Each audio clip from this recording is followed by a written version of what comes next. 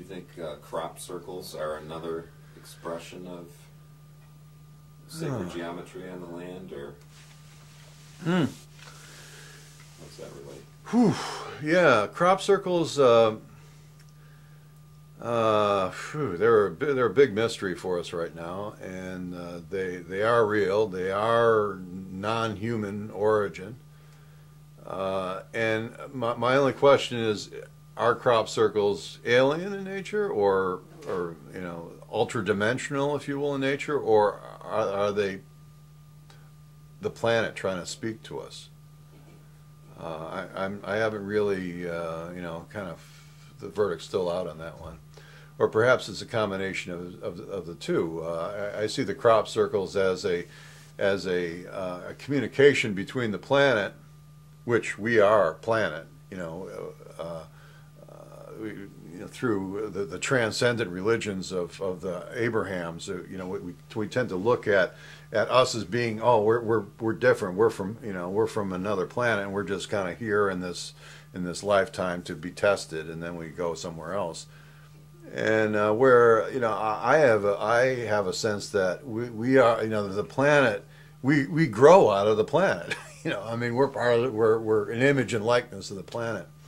And a lot of these geometries that are being laid down in the cereal crops of England and indeed around the world are geometric patterns that speak to the planet in total.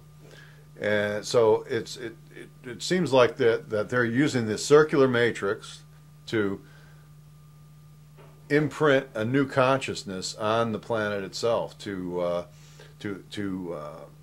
by communicating with planet core and the waters that are within the planet. These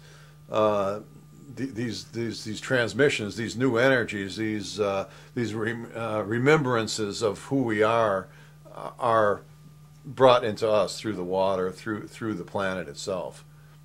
So it's an entrainment. It's a dialing, if you will, of a new energy. Just like these geometries that I'm coming up with, the Gaia matrix and Arcombe and various personal geometries as well. It shows how people are dialing in, using their spiritual bodies to dial in a certain frequency. So where the crop circles are using these tight geometries, we're using these rather large scale crop circles, if you will, and these crop circles were created by culture, by us. I keep going back to the Gaia matrix, and one of the pieces of this. When Europeans first came here, the Spanish were the ones that had their first foothold, and they were down in the Carolinas and down in Florida. But it wasn't until the Pilgrims, it was the Pilgrim culture that landed in the Gaia matrix, in the Arcombe geometry, that actually took root as the dominant cultural expression. So it was this Protestant WASP work ethic kind of separation from the land, exploitive type of morality, that the only good Indian is a dead Indian, and all this business took root here in New England and then expanded outwards. And you can see how this culture, by seeding itself here, it expanded across the North American continent.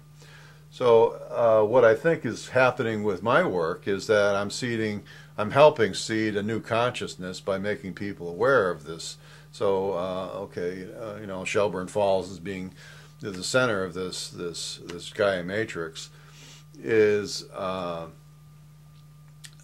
being populated by healers and artists and these kind of people that are working towards creating a more global peace type of morality and harmonious community orientation, rather than the individual being king.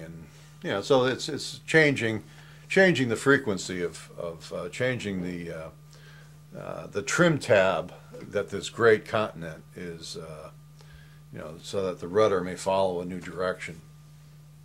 So that's what I'm offering this as a way in which to seed a new culture, a culture that goes beyond this hyper feudalism that way, you know, there's lord and ladies and servants, and you know, it's just absurd. You know, I mean that as creative humans, we can't come up with something a little bit better than something that was invented by the English over in, you know, and you know, in feudal 1300s. You know, it's absurd what we're going through, and we're seeing the results of it in global pollution and such. So, you know, it's this idea of creating a new seed, creating a new consciousness, elevating humanity so that, you know, we don't have to live like we're in the 1300s. You know, we can live like we're in the 21st century. You know, and there's and our consciousness is evolving, and our social patterns are evolving. We don't have to adhere to the same thing anymore. And I think that's what these crop circles are doing. Is England is the seed of Western civilization that has essentially spread all the way across the entire continent. English language is the language of business, and the English culture is the paradigm where that everyone aspires to. You know, the lords and the ladies and the servants and you know, the feudalism and whatever that's so personified in England.